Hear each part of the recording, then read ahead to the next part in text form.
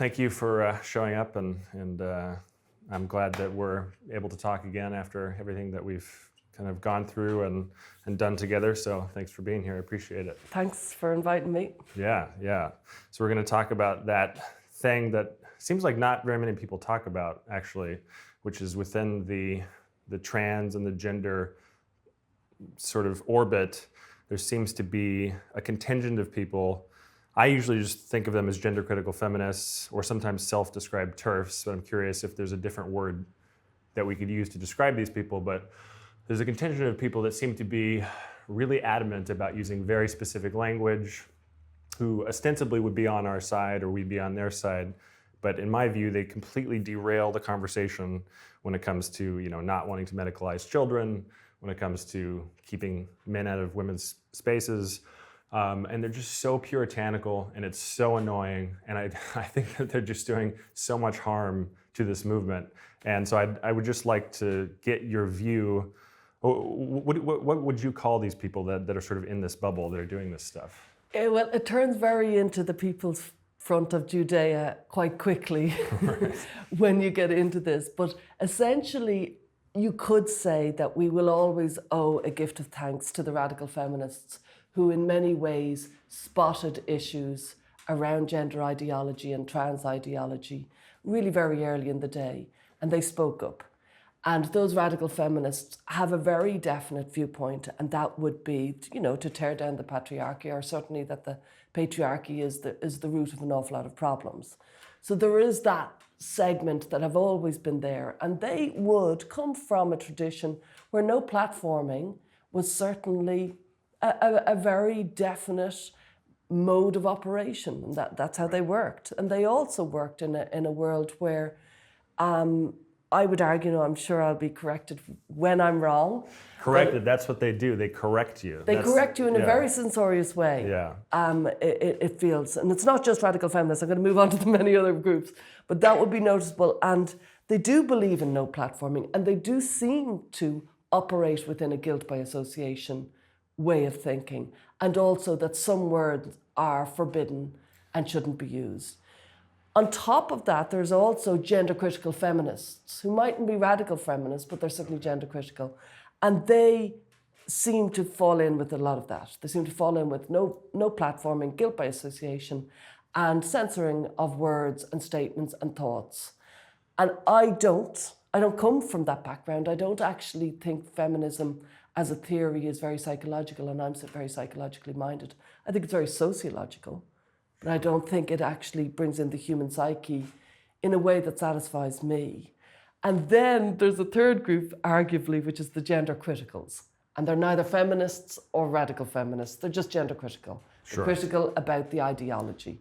And they're three different groups that are kind of coexisting in a quite uncomfortable manner with other people, such as, let's say, classical liberals like myself, with conservatives, with the Kellie-Jay group who call themselves feminists, as far as I know, with religious people. So we all agree on the basic, which is pediatric medical transition is not advised. It feels like a very dangerous thing. And we all agree that, women's safe spaces should be protected, whether that's in sport or prisons or wherever, that should be protected.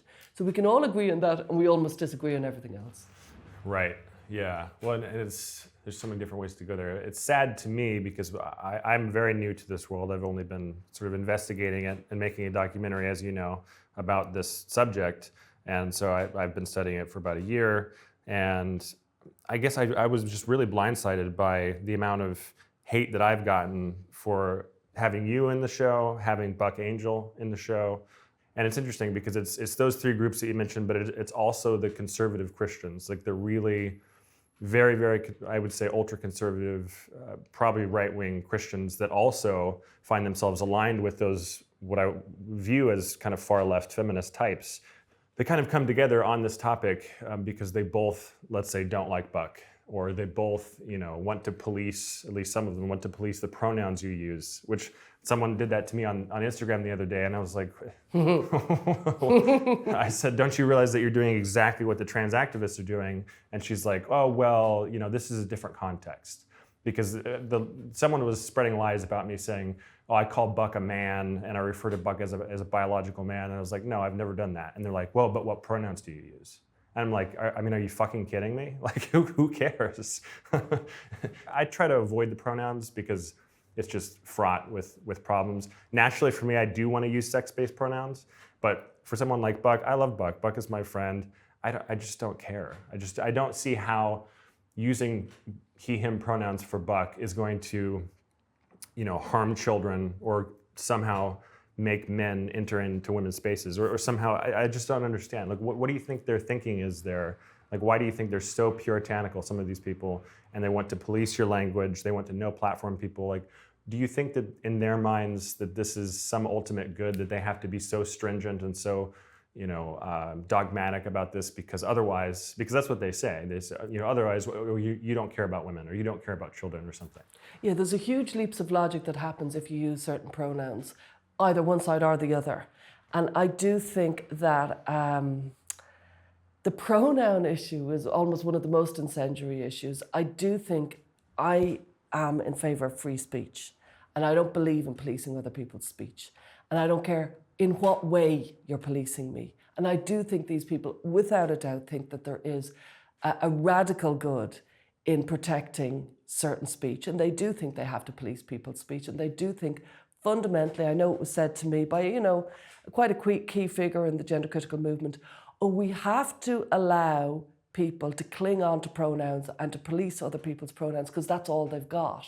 They can't, I don't buy that at all. I don't buy policing people's speech. I think it's the road to hell. I think it's going to go a very bad direction if we start nodding along when other people's speech is policed.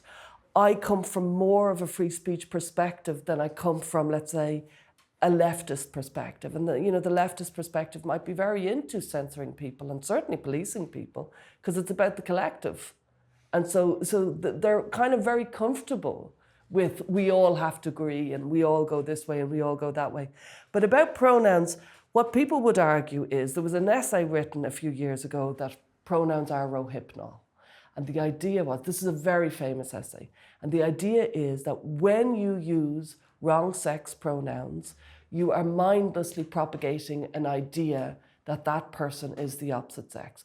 I don't hold that. Right. I can hold two thoughts at the one time, right. which is the fact that I'm using she, her, but the person is a male, or vice versa. I can handle that. I genuinely haven't thought about this to the nth degree. I genuinely think some people find that very difficult.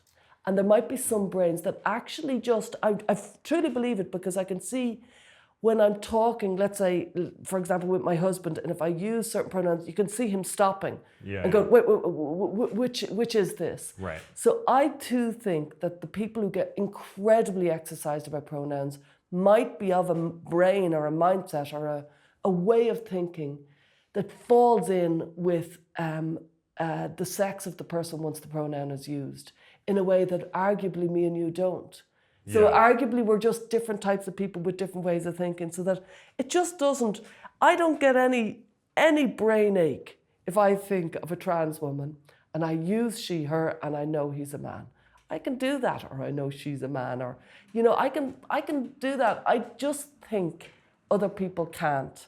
And they think we're thinking the way they're thinking, and they think once you use she, her, you think he's a man. Or, interesting. Yeah, that probably is part of it. I think too that I'm doing a little bit of mind reading here, but I do think just by the tenor and the way that people talk about this stuff, that sometimes it's not that. It's not that they can't. I'm being very generous. You are being very generous. Yeah. Again, puritanical just seems to be the right word for some of these people. They just seem to be so obsessed with that you have to use, and it's not just the pronouns. It's you can't even say the word transition, for instance, because there's no such thing as transition. But obviously, we're just using this as shorthand. Obviously, no one's transitioning from one sex to another. The only way that we're using that word, at least the way I use that word, is to cover an array of things. Taking puberty blockers, taking cross-sex hormones, getting surgeries. Obviously, no one can change sex.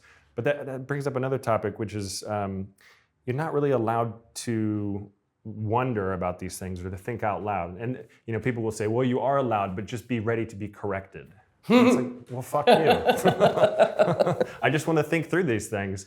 And so this brings up the topic of the film that you were in, which I thought was lovely. It's one of my favorite films on the topic. Thank you. Yeah, so that film is called Trans Kids, It's Time to Talk.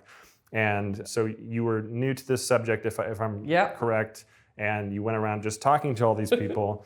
And I watched it. I didn't know you. I was doing research to do my first interview with you. And there was literally nothing in there that you said that I thought, oh, wait a minute, is she on the other side? You know, but then so many people have just lambasted you. So you don't have to go into too much detail. I'm sure you've talked about it elsewhere, but what happened with that film, or what are you comfortable talking about? Well, it's been devastating, really, the misinterpretation and the, I will be corrected that it's not a misinterpretation, but the very bad faith analysis that has been made of that film. So the premise of the film was I was a psychotherapist. I'd had gender issues as a kid. I know other people call it something else. I wanted to be a boy when I was a kid. And as a psychotherapist, I wanted to know, could any of the 4,000% rise in girls seeking medical transition, could any of them be like me? And it was a fairly mental health-based question. And I came through it and I became completely comfortable in my own skin. And I certainly thought that it would be likely that some of these kids would be like me, and I found out that they were. And that was the premise of the film. The idea was to have a newbie like me who I'd never really been on Twitter. I had a Twitter account. I didn't even know how to do it. I didn't know how to do Twitter at the time, And I'd not been in the culture wars on any level, and I was not a feminist, and I was living in rural Ireland. And it was a good film. We interviewed an awful lot of people from all sorts of different perspectives. And it ended with a person who had detransitioned, who was very similar like me, and it was very sad.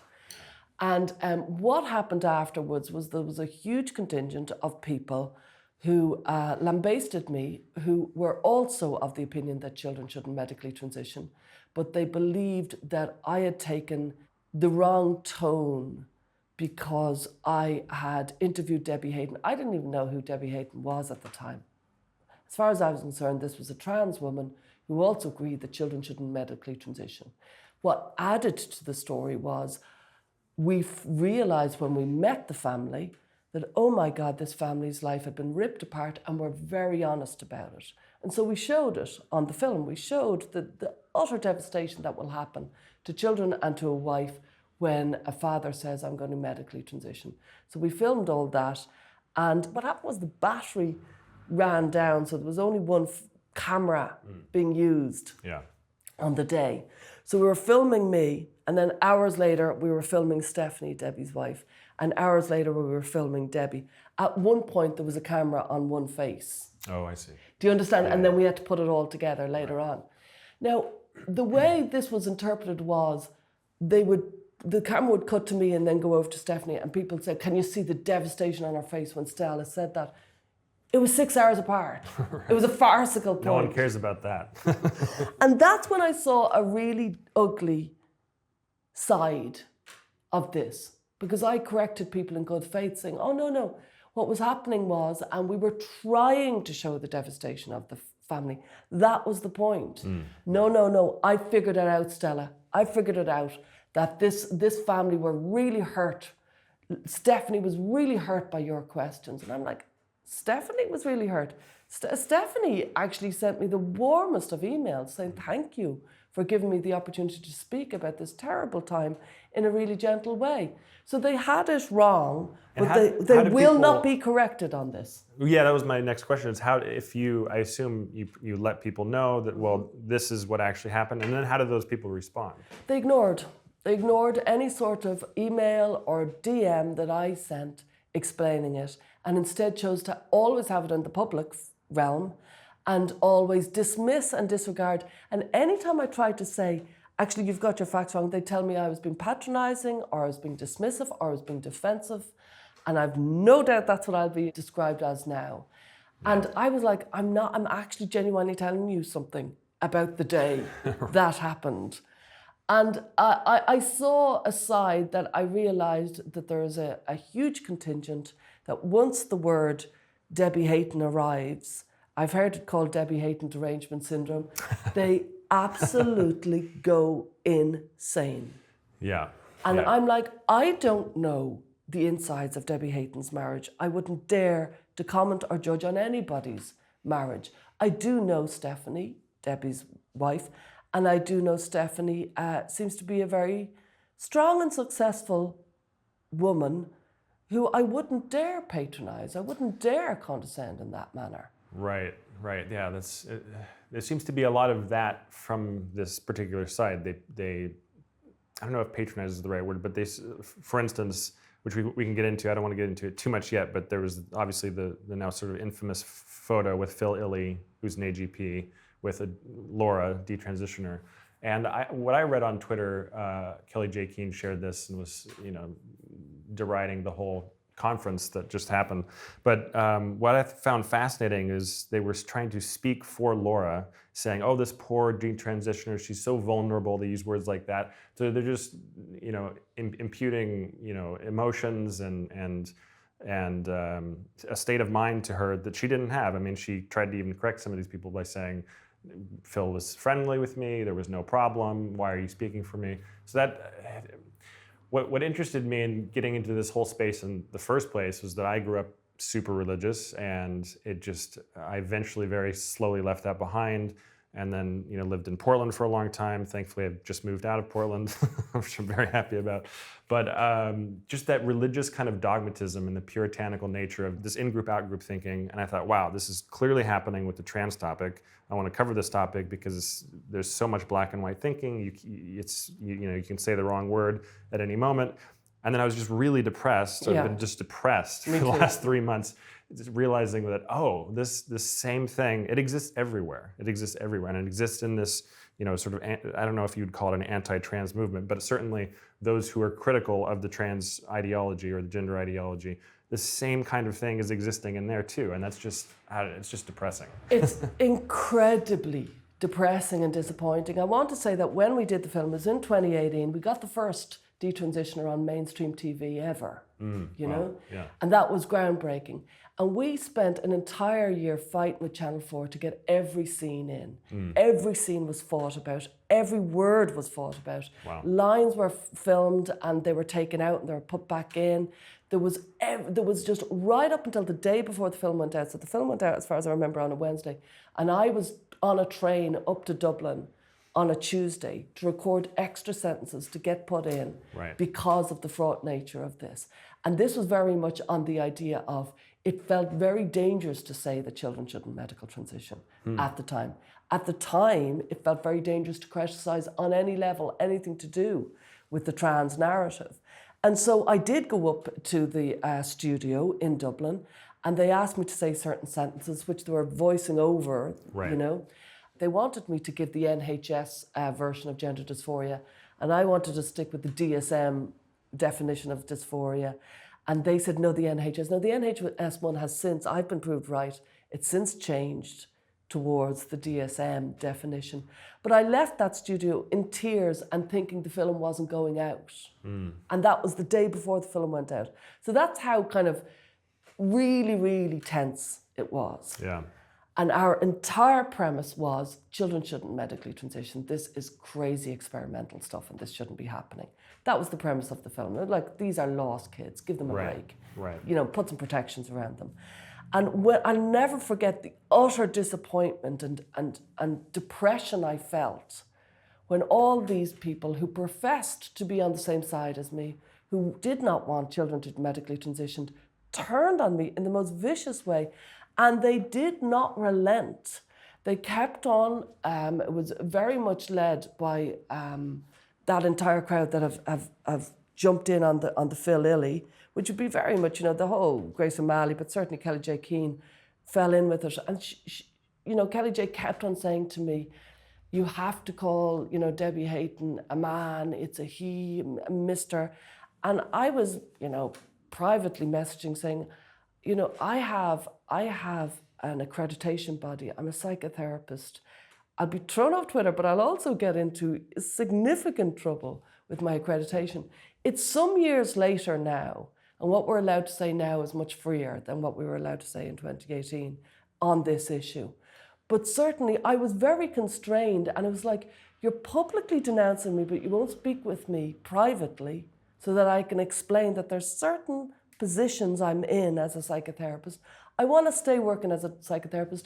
I had attacks on my license anyway from trans activists.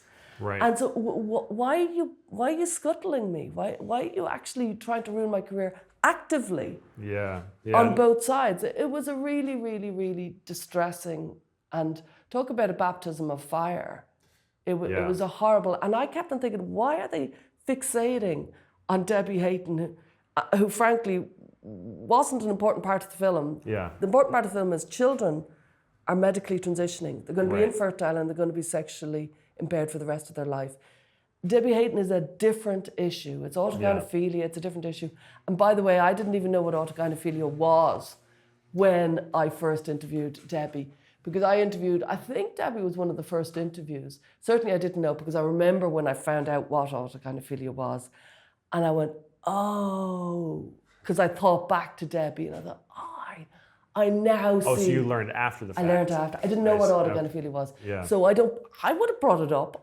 I'm the type who brings things up. I say things straight. Yeah. So had I known what autogynephilia was, of course I would have brought it up. Sure. Yeah. Well, that's something I've been noticing. There's so many threads to pick up on, but one thing I wanted to mention is that, I did a live thing with Peter in LA a few weeks ago, and we had all of these people, all these live questions, and they lasted a minute, and so the trans topic would come up, and someone would ask. I mean, the whole conversation is fraught, as you know, with technicalities, and it's so difficult to sort of navigate anyways. And then when you're doing it live, it's very fast.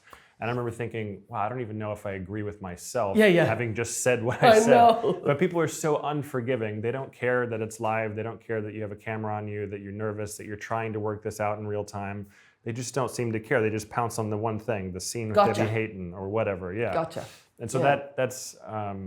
it's incredibly disappointing. Yeah. And can I just jump on something that you raised earlier? One is the bad faith attitude, which is a fundamental premise that I reject.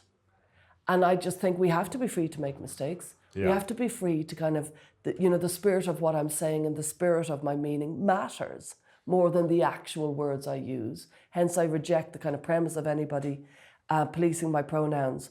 But on top of that is something that you did raise that I do think is very true, which is there's an incredibly inappropriate tone to a lot of this, which is the presumption that, for example, Stephanie, Debbie's wife, is an abused wife without any evidence other than the evidence that my film produced. And my film was very definitely very heavily edited. That's number one. And number two, that put upon Laura in the Phil Illy scenario, that there was this idea that poor Laura...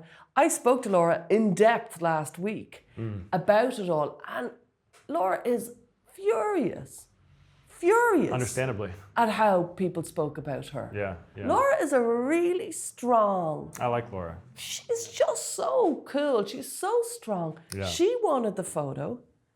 She was very proud of the photo, and she is...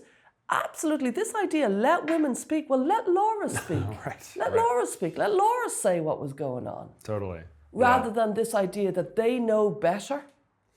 Right. Let's back up and explain for those who don't know. Yeah. So just to give a little context, so Helen Joyce invited me to your first conference in Killarney, which I thought was fantastic, and I was able to interview a lot of people there. It was great. And then you had a follow-up conference in Denver back in November of 2023, which you hired me to live stream and showed my film. Thank you very much. Thank you. It was great. And I thought the conference was amazing. I thought it was wonderful. I thought it was even better than the Killarney conference. I mean, you had so many people, Michael Schellenberger and Heather Hying and all these amazing people give great talks, James Lindsay, Colin Wright. And to me, it seemed like the tenor of the conversation on Twitter or anywhere else should have been really positive. Like, wow, we're making strides to correct these problems. We're making a lot of progress. But I didn't see any of that. All I saw was this now infamous photo that I don't know who started sharing it, but when I first saw it, it was Kellie-Jay Keen. She shared this photo of Phil Illy and Laura, and then maybe you can describe kind of what happened there. Okay, so I want to back up myself a bit. The idea of GenSpect is to promote a healthy approach to sex and gender. We believe that WPATH are the root, stem and branch of the issue around gender ideology. They promote transgender healthcare in a very reckless way, frankly in a very alarmingly dangerous way. And so because of the hashtag no debate, there has been a silencing of our side, of people who wish to question the speed of people's transition, medical transition, and also the concept of childhood medical transition. And because we have been silenced in many ways by trans activists in really scurrilous ways, we decided that we would hold a counter conference wherever they held a conference. So they held a conference in Killarney, Ireland. We held a conference at the very same time. They held a conference in Denver, Colorado. We held a conference in Denver, Colorado. And we held it successfully.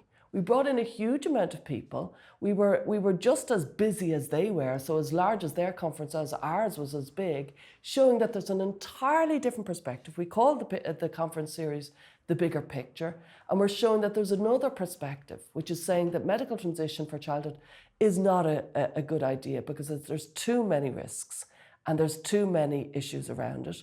We platform detransitioners and we talk about the issue. And we also talk about the wider issue around sociological issues, legal issues, cultural issues and biological issues. So there's so many other issues. Parents, there's so many different, and we platform as many of them as we can. It's a very stuffed kind of schedule because we're going go, go, go, different people's ideas. Yeah. And it happened successfully. We were very, very nervous because it's a hidden gun state where you're allowed to carry a gun in concealed carry, yeah. Yeah, there's all sorts of. So I was told by 1 million people not to hold this conference, that I didn't understand American culture, that there was going to be guns, that there was going to be Antifa, there was going to be Proud Boys, there was going to be everybody. And if it was Portland, there would have been, for sure. Well, everybody told me, Stella, you don't know what you're doing. You're Irish, you're naive. This is going to be closed down. It's going to be violent. You're going to ruin this movement. Wow. And it was very, very, very fraught as a result. Yeah. And so we had a very elaborate 4-stage security presence to get into the conference. I'm laughing now because it was all safe in the end. I certainly wasn't laughing in October before the conference. I was as tense as I've ever been during the conference, And it ended up being a very successful conference. It ended up being really good. People were free to talk. There was an awful lot of disagreement in the room, but everybody was civilized. And it was really well done, if you follow me. There was very much acceptance that we don't agree, that feminists arguably don't agree with the parents, that the detransitioners arguably don't agree with the feminists, etc. By the way, one of my favorite moments, I forget, it was a trans woman, I forget. Corinna Cohn. Yeah, Corinna, at one point, was talking about political action and how to organize, and then cued the whole audience and said, how many of you consider yourself on the left? Half the people raised their hand. How many consider yourselves on the right? Half the people raised their hand. And then said something to the effect of, how many of you want to stop child transition? Everyone raised their hand. Yeah. I thought that was just clearly this is why we're here. This and trying to stop detransition and all these problems. So I thought that was really encapsulated what that conference was about for me. You can disagree, you can be on the left or the right or the middle, whatever, but we're all here to essentially do the same thing, which I thought was great. And we were meeting on a higher purpose that really mattered, which is let's look after children here. Yeah. Because that's what society should do. And everything else is up for debate. Right. But that is something that we should come together and get that one over the line and then discuss everything else.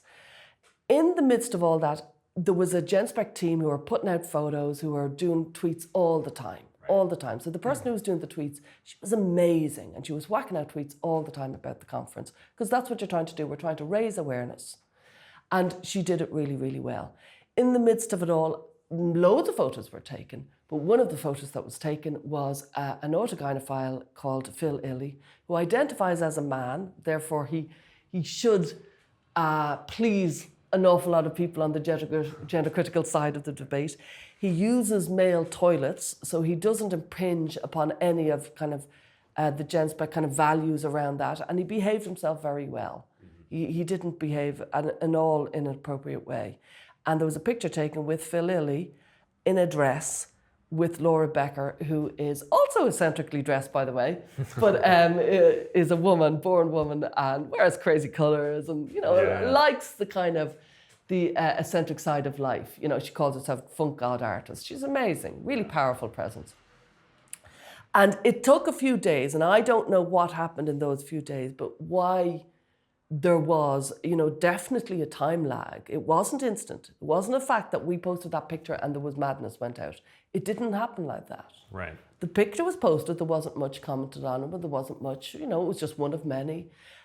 Life continued, you know what I mean? The conference was a very big success, which I would say really annoys lots of people, because lots of people are of the opinion that we can't speak, that we have to be anonymous, that we're not allowed to say it to our jobs, that we are gender critical, that we're not allowed to meet in conferences and discuss this.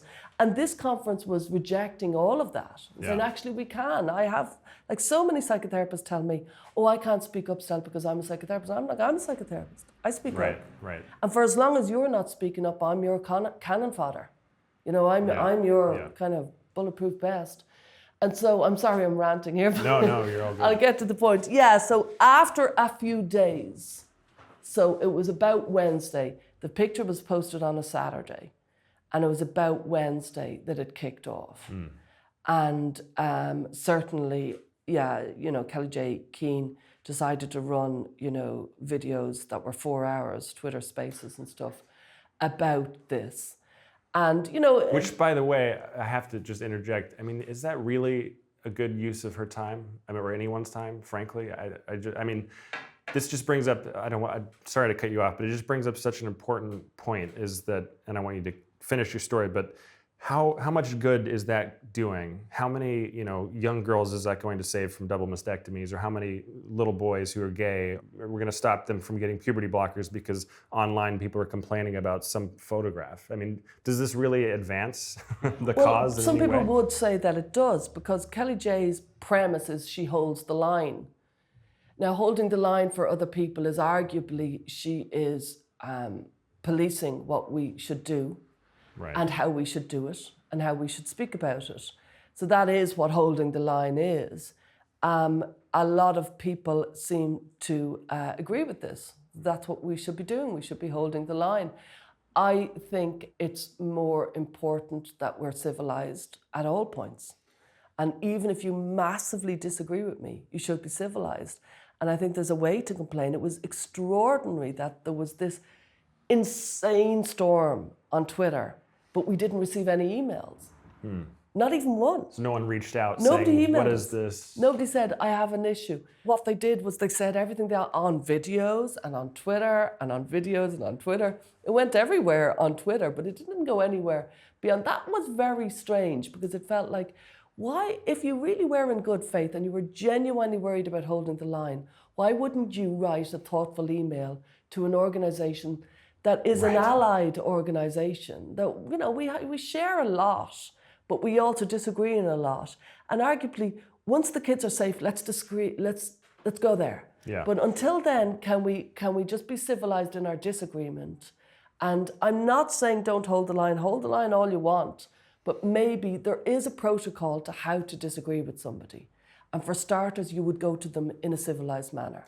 It seems to me that, I don't even want to police how those people complain, but in their own self-interest, it seems to me that they would want to reach out to GenSpect, if anything, to get something to change. Like, if their goal was to actually change your behavior, what's the best way to do that? Complain on Twitter, or talk to you and say, hey, this is the issue I have. Have you thought about this? And have a reasonable dialogue. You'd think that that would be in their own interest for their own goals, but they don't do that. So can I point something out? So many people have talked about safeguarding, and I'm like, people who are talking about safeguarding don't seem to understand what safeguarding is. And these are organisations that promote themselves as safeguarding organisations. They don't actually seem to know that there is a protocol around safeguarding, and I know it. And what it is you are proportionate in your response, you are targeted in your response, you are specific in your response. Therefore, you would begin with an email. And you would then follow that up with a second email. And then you would talk about having to bring it to the public sphere because these emails aren't being answered. Right, exactly. There's a very definite protocol you follow within safeguarding. You do not engage in pylons if you're safeguarding. Right. That's not the protocol to follow. So these were people who were definitely, openly and overtly breaking safeguarding protocol, telling me about safeguarding. And so the issue that people had with the photo was that Phil, even though he identified as man, used male used the toilets, male toilets, and used he, him pronouns, and had followed an awful lot of the gender critical diktat. Right. He broke convention because he wore a dress. Now, some people saw that as platforming his fetish, i.e., if you're an autogynephile, which he is, he's a self-identified autogynephile. If you're an autogynephile, you have a paraphilia, and that means an erotic kind of a fixation about seeing yourself as a woman. Yeah. When my film first came out in 2018, I had quite a few, because I often spoke in the national media in Ireland, quite a few very friendly media who wanted to talk to me in a very good faith way, but they refused to discuss autogynephilia because it had been successfully denigrated as a controversial term that journalists couldn't use. They almost deny that it's even They real. deny right? it exists. Yeah. Trans activists pretend it doesn't exist. Right. And successfully pretend it doesn't exist. Even though it's in the DSM, which is considered the Bible for anybody who works in psychology. It's where all the diagnoses are. It's in the DSM as a paraphilia, but the trans activists have successfully suppressed the concept of autogynephilia.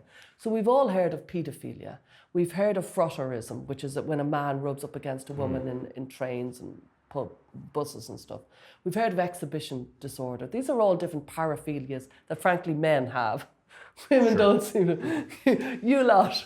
And it's a small section of men have horrible sexual disorders which impact the rest of society. And autogynephilia is one of them, which is wanting to be a woman or having a fixation that you are a woman. And so the fact that these people exist, these men with these paraphilias, makes society difficult, because what happens if a paedophile goes into a swimming pool? What right. does society do about that? Yeah. There's somebody I know, and she worked in this very right-on woke clinic in Canada. She's a psychotherapist. And a guy there had a fetish about hands, and she used to see him watching her hands as she was typing. And I was like, did you not say anything? She said, there's nothing we could do. Like, it was very woke. And I was like, right. yeah, we have an issue in society that some men have a fetish about feet. They have a fetish about a lot of things. Right. And how do we operate in society with the fact that there are men, I was on the tube today, there are men having, not only men, but mostly men, secret sex thoughts that are pretty vile. Yeah. And there is nothing we can do about it. Yeah, yeah. And so the big issue with Jen Specht putting out this photo of an autogynephile with a detransitioner was the fact that we were, quote unquote, platforming an autogynephile. They kept saying you were selling his book and promoting We weren't selling his book. Right. He brought his book, Yeah. and he sold his book, you know. And one of the great speakers who's a philosopher called Alex Byrne, he promoted the book in his talk, and he's perfectly entitled to do it. He said it's worth it. Now, there's very few books on autogynephilia. I'm really, really glad Phil Lilly has written his book on autogynephilia. There are very few books about autogynephilia, and we need them. We need loads of them. We need 10, 20, 50. Some people would argue, people who are very pro-suppressing thought, suppressing speech, suppressing people, they would say, no, we should not platform the book. We should suppress all references to autogynephilia. And I'm just like, it'll just go toxic. It will go underground. Yeah. Do they not know anything about how society works? If we suppress autogynephilia, it will just go underground, and it will be more powerful and more toxic as a result. Right. Well, I think this guy is self-identified. He speaks about it freely. We need people to speak about this, because I would say if I went out into London today and did a quick poll, most people haven't heard about autogynephilia. They don't know what it is, and therefore they don't know what they're talking about, like I didn't. Yeah. Back in 2018, when I first interviewed Debbie Hayden, I didn't know that we should have been talking about autogynephilia. Right. We need to change that. We need public awareness about it. Yeah, and so Kellie ended up sharing this photo with Phil and Laura and making it kind of go viral. And then she thinks she's holding the line, as you say. She's doing this because she does want to protect women. Obviously, that's obviously her motive. I think it's a bit too far. But if we could imagine what she was thinking, and actually you've talked to her about that. Why do you think she posted it, and what do you think her goal was in sort of raising a fuss about the whole thing? I think her goal was to highlight the fact that she holds the line. I think the line she was holding was that she believes autogynephiles shouldn't be platformed, I think. We weren't platforming, we took a photo, but, you know, arguably I get the point, fair enough. I think it didn't fall in with Kellie-Jay and Standing for Women's premise, because they are in parks with loudspeakers saying that they let women speak, as you know, let women speak is the hashtag, and they argue that they don't seem to be allowed to speak anywhere, while our conference was defying that, because we were speaking, and we were speaking freely, and we were filming it, and we were holding a conference, so we weren't with a megaphone on a park, and we weren't fighting with activists. So our existence was really threatening the Let Women Speak existence, because we were successfully operating. I don't think that was conducive to where Let Women Speak operates. So I'd imagine that was annoying. I don't know. Yeah. But certainly the main issue was having anything to do with autogynephilia and autogynephiles. That was what was really, really enraging for an awful lot of women. Benjamin Boyce, who we all know and love, hosted a conversation between you and Kelly, and if I were in your position, I probably wouldn't have wanted to do that. I don't think that I would have, and the reason is because I don't know if I thought your exchange was useful, and I think, you know, I read some of the comments, and some people were like, oh, this is good, but a lot of people were still on the same kind of bandwagon, saying, oh, it's too late. You know, damage is done. I don't know what damage, but they're basically just going off on you. You know, obviously a lot of what we try to do is with Peter and Reed, and we go around and we try to engage people in conversation, see why they believe what they believe, you know, see what it would take to change their mind. But in certain circumstances, like the time that we were at Portland State University, and I wrote on the board, there are only two genders, and we were playing this critical thinking game. People could agree or disagree with that, and we got mobbed. We got, you know, flipped off and yelled at by these, you know, professors and students, these social workers, God help us all. And then they came down and were just, you know, preaching to us about their whole gender thing. And Peter tried to engage them, but I don't know that that's useful for those individuals. I don't know that any of them would change their mind. What I thought was useful about that was other people being able to see the kind of madness that creeps into people's brains and takes hold and, you know, makes it so that you can't have a real conversation with a certain contingent of people. I do think it's really good to try to talk to people and see if they're willing to change their minds, see if they're open to dialogue. But and I'm not saying that Kelly necessarily falls into this category, but there are certain people in this contingent that clearly don't want to have a good faith dialogue, and they clearly, it's just a waste of time, ultimately, to talk to some of these people, which I've found. I mean, it's especially a waste of time online, obviously, just text-based. But I'm just curious what you think about that, because I think, you know, well, what is the solution here? You know, do you? And I don't want to deplatform these people, but I don't want to necessarily give them a platform either. You know, so I don't know. It's a tricky problem, and I'm just kind of curious what you. I'll tell you what, like, ever since the film came out, that was November 2018, I've been smeared by the same people, and they've lied about me. And they've said that I want to transition children, that this was a very elaborate way for me to transition children. I was a double agent, that I was a paedophile enabler. There's some really pretty scurrilous. Jesus. These are from gender criticals, and that I, various dick panderer was a big one, and kind of pandering, you know. And as I've never even heard of that one. Yeah, that was back in the day, 2018, because apparently I was pandering to the mighty cock or something. Jesus Christ. Oh, that's what those people said on Twitter the other day. So Julie, you sent it to me. Julie Bendel and Kathleen Stock were in a photo with a trans woman, and they say, "Oh, look at they're cowering to men." Cowering. They were all smiling in a photograph. And Kathleen Stock and Julie Bendel don't cower. No, of course not. Yeah.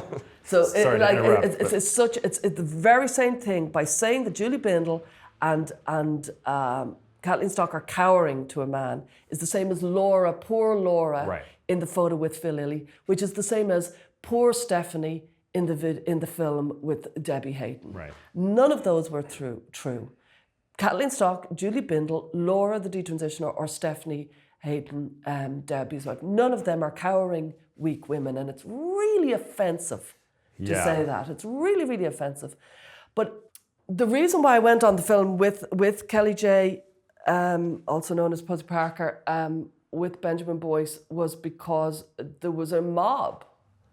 There was a mob online that were gathering a huge amount of steam, and we had done an amazing conference, and we released this extraordinary document, which is the Gender Framework, which is a very heavyweight document that offered a non-medicalized approach to gender, that prioritized sex before gender identity, that had, very well thought out framework, the first of its kind, that could be used as legal kind of opinion if needed. And it was all being overshadowed by people who hadn't attended the conference. It was really, really noticeable that people who attended the conference were very mostly saying, you're missing the main agenda here. What actually happened was something very powerful around platforming different voices that were critical of gender ideology. And I felt I needed to try and stop this mob. I wrote an article to try and stop it, and that didn't stop it. And then I thought, well, for 5 years I've been smeared. I've been the subject of a smear campaign by the very same people that lie about me, and that I wanted to take it on. I wanted to say, well then, Kellie-Jay, your supporters have been consistently smearing and lying about me for many years. And I wanted to there's an expression in Ireland, throw the dead dog on the table. Let's go at it. And I'm glad I did, because it stopped the mob. Oh, good. Yeah, good. It very definitely stopped the mob. It stopped that insane Twitter storm pretty much immediately. It went from madness to not madness. So as soon as it went out, it stopped. And from then on, conversation has been a good deal more reflective. There's always the lunatic fringe on both sides that will never be moved. I'm not interested in them. I don't care about them. But the larger middle certainly calmed down. Right. No, that totally makes sense. And that reminds me of something John McWhorter said in his book, Woke Racism, about the what he calls the elect, the people who, like the Ta-Nehisi Coates or the Ibram Kendis or the Robin DiAngelos, or they're true believers. Those people aren't going to be reasoned with, no. Unfortunately. And I think some of us have a hard time accepting that because we're so interested in epistemology and getting people to change their minds. But the reality is it's actually a waste of time to engage them too much. And as John says in the book, you have to just move past those people, because the majority of the people actually will change their mind. Most people are moderate, right? They're not on this sort of lunatic fringe. But it is depressing to find the same kind of dogmatism and the same closed-mindedness in this group that we would otherwise Can agree I just with. say, if it was just dogmatism and closed-minded, it would be disappointing. The fact is, I have without a doubt encountered many liars. Oh, sure. Yeah, liars and misrepresentation. It's not just, it's lying and cheating, and it's slimy. Yeah, It's way beyond dogmatism. I would say the dogmatism leads them to think that their ideology is so pure and so good that they have to then cross the line. There is, but there's definitely the dogmatists. Yeah. And in their defense, they have the courage of their convictions. Yeah, Sure. Fair enough. There's others in that group. Yeah. And some of them are just online troublemakers. Sure. Who would arguably have very unhappy lives. Yeah. And who have very little to be doing. And they often describe themselves as in the trenches. And I'm like, in the trenches in Twitter? Like, really? As you have a cup of tea and a biscuit. And you're on Twitter and you're in the trenches. Like, Yeah. Do you know, and very, very, very often they don't do anything of value. And they're pretty unnerved and distressed by people who are actually making changes. And it doesn't suit their cause. They would rather stay in the fight. They want the conflict, they want the fight, and they're not interested in resolution. I remember one of them, because I was talking to them by DM, trying to get somewhere, and she said, I'm very comfortable with failure. And I thought, yeah, you are actually. You're very comfortable in the fight with failure, with problems, and you'd probably be very uncomfortable with any success. Do you know what I mean? Yeah. Moving things on doesn't suit them, because very often they're very, very comfortable in the distress. I often think about that when I read people's comments. We're doing all this work to try to make these films, or the work that you do, and I see people just leave the most asinine, nasty comments, and sometimes I just say, wow, I feel very sorry for you in your life because it must be really miserable. Or I just say something cheeky and I'm like, keep up the good work. Yeah. Sometimes I'm funny, but mostly I've been very disappointed. Yeah. Like when the film came out in 2018, I was really disappointed because I was like, we could do something really of value here and it's getting derailed. Right. And then after the conference with Phil Lilly, it just felt like all these people, frankly, was very centred in the UK, none of whom had attended the conference. Right. And there was a narrative. And the narrative was, this was bad. Yeah. And I just felt there's a higher value that is getting completely dismissed because people want to make sure that they proclaim their intelligence and their well thought outness and their virtue. Yeah. And they did. And they did it many times. Lenin, Quite I think, a virtue. said, Lenin, I think it was Lenin who said, quantity has its own quality.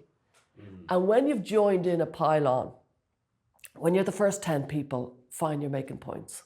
After that, I wrote a book about bullying, so I know an awful lot about online bullying. I don't want to blow my own trumpet, but I do. Sure. I really studied it. And when you join, when you're the 100th person, you've become part of a pylon and you need to pull back and think, how do I add to this? And if I need to make a point, maybe I should make it privately and very civilly, or maybe I should watch my timing and think I'll make this in 2 weeks because it's not fair to be part of a public discourse right now to that person. Yeah. And so that's the kind of the online behavior that we don't seem to have a protocol around, and we need one around. And so all these people making these very, very well thought out videos, and God, did anybody not make a video is what I want to know. But there was an awful lot of videos and essays written about it. And I thought, fine and dandy, but honestly, where are the emails? Where are the emails asking me, first of all, for a bit of dialogue, or to Jen Specht? Right. They weren't there. They didn't exist. Right. I did want to dive a little bit more into AGP because autogynephilia, because I'm very new to that. Mm-hmm. I didn't really talk to anyone in the 20 plus interviews I did about the subject, partly because it doesn't interest me, because I am focused more on children and families, and it's not super relevant to that. Well, I know I'm gonna be crucified for that, but so yeah, you mentioned this problem, like what do you do? And it's interesting. I was talking to Reed about this. Like when Phil Lilly showed up, there were trans women who, I don't know how they identify, but men, who do their best to look like women. And interestingly, I have nothing against Phil. I don't know Phil, but it actually did bother me a little bit to see him dressed that way more than the trans. And I don't know why exactly. It was just kind of an innate thing that But again, he didn't do anything creepy. There was no problem. Well, I'd like to take you up on that, because there was trans women there that you did not know were trans women. Probably. Well, I'd tell you, there were. Okay. And what would you feel if you then found out that there were trans women? You know what I mean? Because they were effectively stealth. Yeah. Would you feel a little bit conned by that, if you follow me? Sure. And then you could argue, so Phil was blatantly performing his fetish, as they say. Yeah. He was wearing his dress. He was not wearing breast forms, as some people lied about online for some reason. He was, a male body wearing a dress. Right. And arguably, other males there were performing women face in a much more sexualized manner, as in with big tits, right, with makeup, with very inflated lips. Yes. So they were performing women face in what you could argue was a much more offensive manner. And in a way, what I would say was your response to Phil Lilly, and maybe I'm not sure, but I'll just throw it out there. We humans, we respond to things that are out of order. Sure. A hair on my head doesn't bother me. If a hair was on my jumper or on your T-shirt, it would bother me. Yeah. You know what I mean? It's not offensive until it's out. But I did know that some of those they're obviously men, but they do pass a little bit better, I suppose. Maybe that's where you're going. That's my issue. Yeah. That you probably took issue with him because he wasn't passing. Yeah, well, there he was just wearing a dress. He was actually contravening social norms by that. That's true. So you're almost arguing yourself into medical transition here. Well, and what's interesting is so if it is a kind of paraphilia, or if I guess I don't understand, and again, I know nothing about it, so I'm completely new to this, but it seems odd to me to want to wear it in public. If it's something that, gets somebody off privately, why then wear it in public? But it might get them off publicly. And there's a few things to this. I just want to so foreign to me, I guess. I want to point out a few things. With autogynephilia, some autogynephiles, their fetish will be wearing a dress and being perceived as a woman. I see. Now, he wasn't being perceived as a woman, and he wasn't trying to be perceived as a woman. And some autogynephiles, for all we know, could have been there or could have been on the train today, and they would be being perceived as a woman, but as an ordinary woman with jeans and a t-shirt. Do you follow me? So there could have been other autogynephiles who are not wearing a dress. Right. And so therefore, certain women online wouldn't find that offensive because they're only wearing a t-shirt and jeans, but they're still getting off. Sure. So it doesn't even hold water, if you follow me.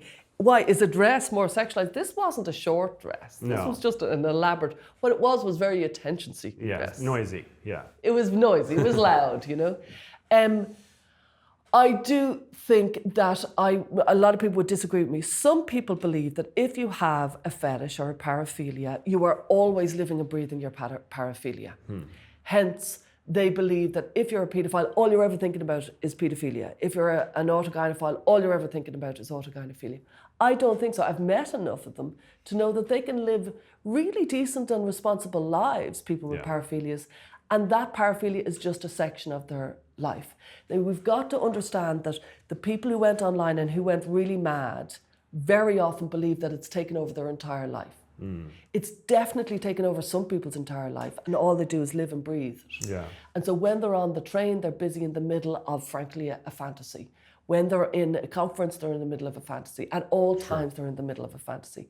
I don't think some people are like that. I think some people have a paraphilia and they've parked it. And my read of Phil's behaviour at the conference was that he wasn't in the middle of a... Usually when, well, I should say a male, but certainly I would know when a man is in the middle of a sexual act. So imagine a creep on the bus. You can see the face on him. You can see that he's sexualized, if you follow me. It's off-putting and we all kind of recognise it, if you follow me. That wasn't to be seen, certainly, at the conference. But I think it's quite unmistakable. And I think it's wrong to say that these people are constantly performing their fetish and completely absorbed. Some are, many aren't. And it's not only wrong, it's dangerous to think that these ordinary blokes that are, you will not see any sign of their paraphilia, and to think, therefore, they don't have a paraphilia.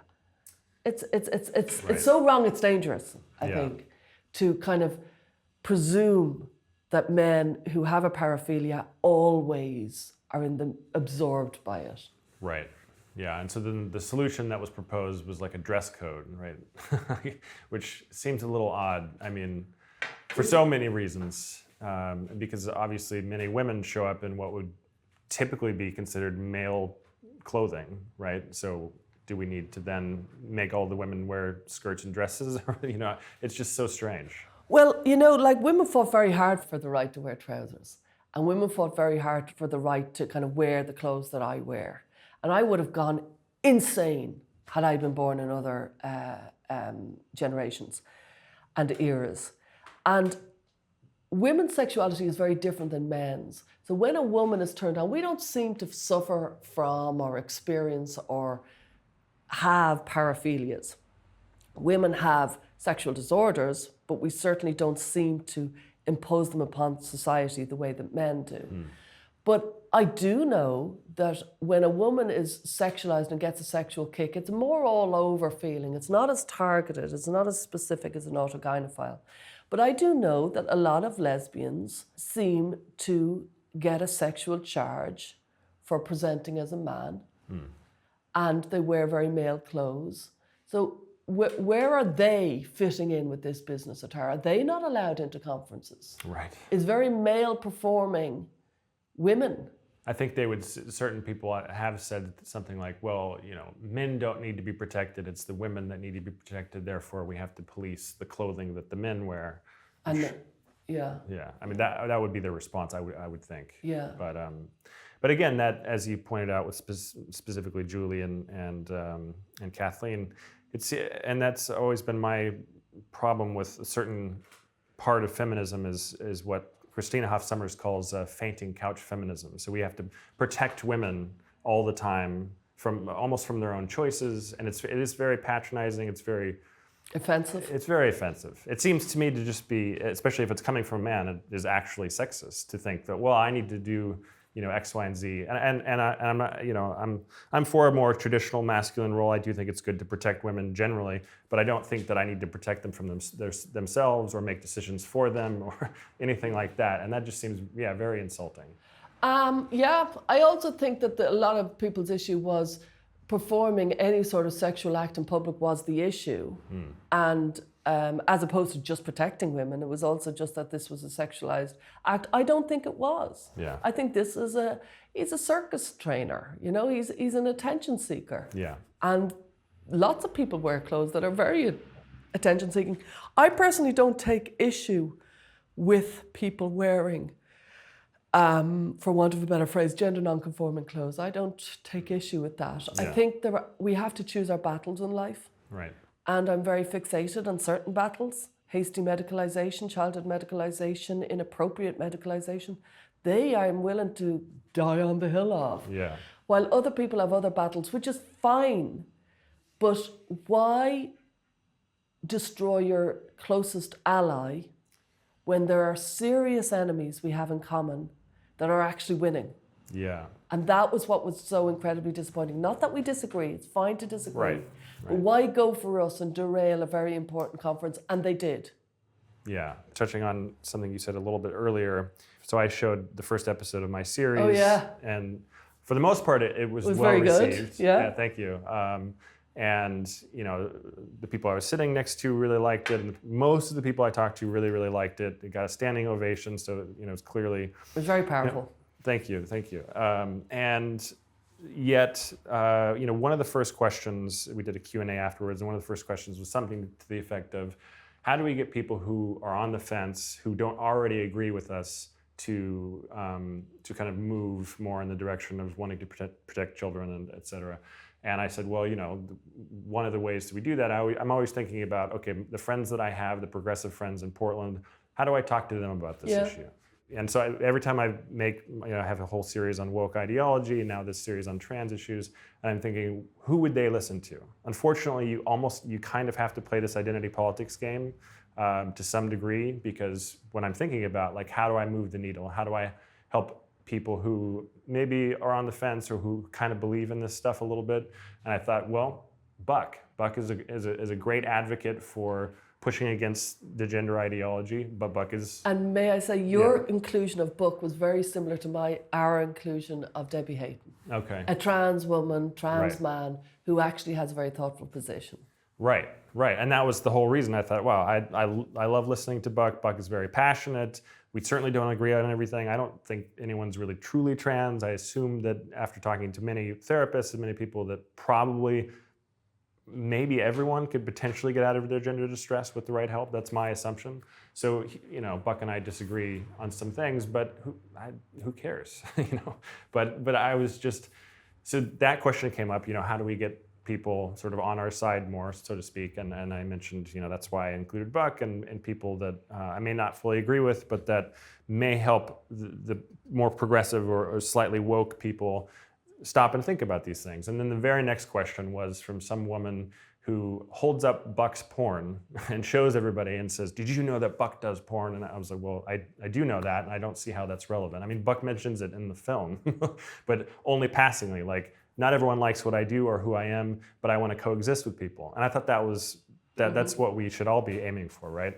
But apparently this woman, she was very unhappy with my response, which was just that I'm trying to move the needle here and get more people to listen. And she went out, I found out later, she went out into the hallway and showed everyone else Buck's porn. So she did way more to promote Buck's porn than I will ever do.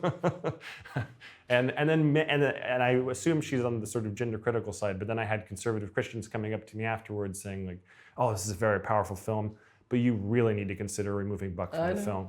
But Buck is a key part of the film. And other people, as I was walking down the hallway, I kept getting stopped, and I was trying to go get some food, and people were like, oh, you need to re-edit that. You need to interview somebody else. And I'm thinking, how dare you? Like, do you want to give me $6,000 so I can fly somebody else here and do another interview? So it was both like, I was elated because a lot of people really liked it and people were very genuinely complimenting it. And then other people were just like, oh, you need to just change the whole thing. And then even people, I have a Locals, which is where people can pay to support my work and see interviews. And my interview with you actually on Locals, I got someone who was trying to educate me about this stuff, educate me about a subject that I'm making a documentary on, which I thought was ridiculous.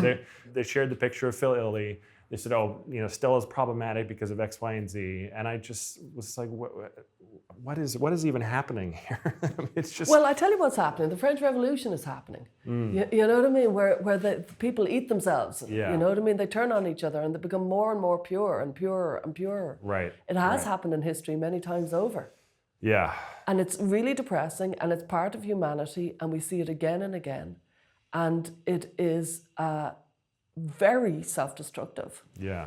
And it's definitely, there's a contingent of people who've been hurt by men and who are very, very triggered by various aspects of men. And they are allowing that hurt to be an overriding kind of reason to speak about people or to censor people or to police people. And it's incredibly destructive because we've got to learn to coexist. We've got to learn a better way forward. Right. But those people that were complaining about Buck, I don't think that has anything to do with being hurt by men when it comes to Buck. So the reasoning that I was given by a number of people, even some of the people that I interviewed for the film, were saying something to the effect of Buck encourages young girls to transition, which I don't really understand. I think they think through like osmosis or something, like Buck is an icon and therefore young girls are going to look up to Buck and want to, I don't really There's one other thing, they would think, like in fairness, Buck does not encourage children to transition. Very much against it. But he seems to believe in true trans. I don't know Buck as well. He does, and that is problematic. Yeah. I certainly don't. But I think we need to talk to people who do. Sure. And discuss it. I think people's premise a lot would be around Buck does porn damages women, therefore Buck is part of a kind of an industry that damages women.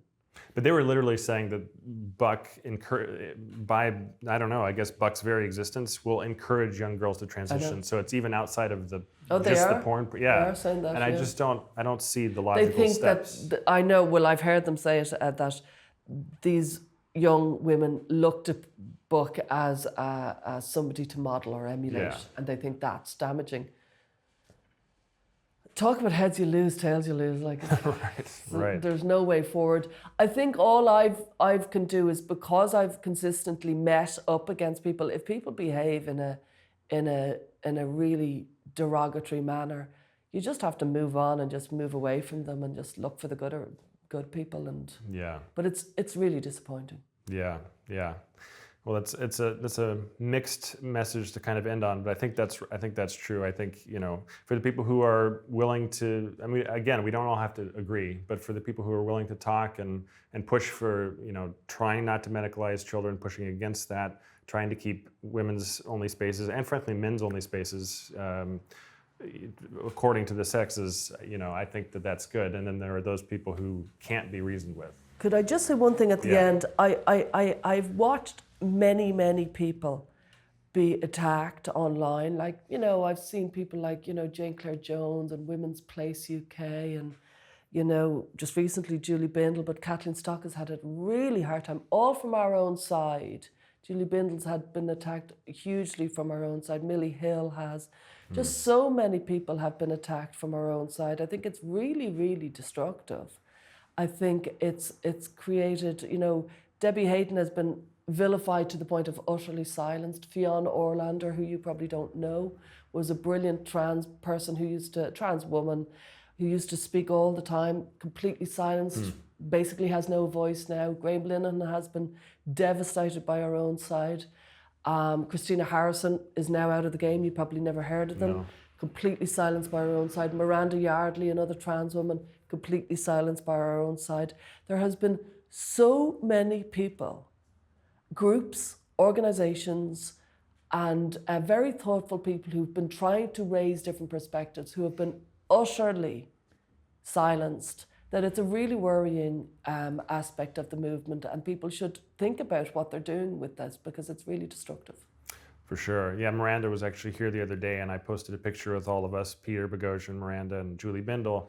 And one of the first comments on YouTube was, Miranda's a man, always will be.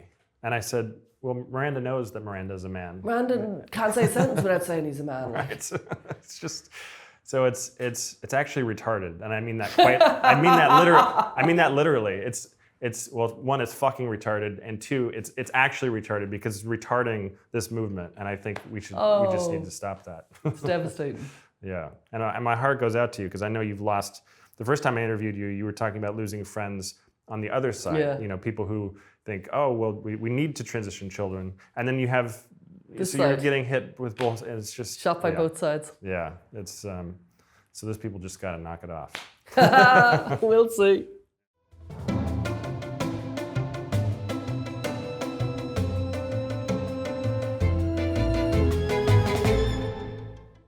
Hi everyone, thanks for watching. I hope you're enjoying my channel. Don't forget to subscribe, and if you'd like to see more of my work, you can head on over to Locals, which is an awesome free speech platform that won't take down or flag any videos, which YouTube is known to do.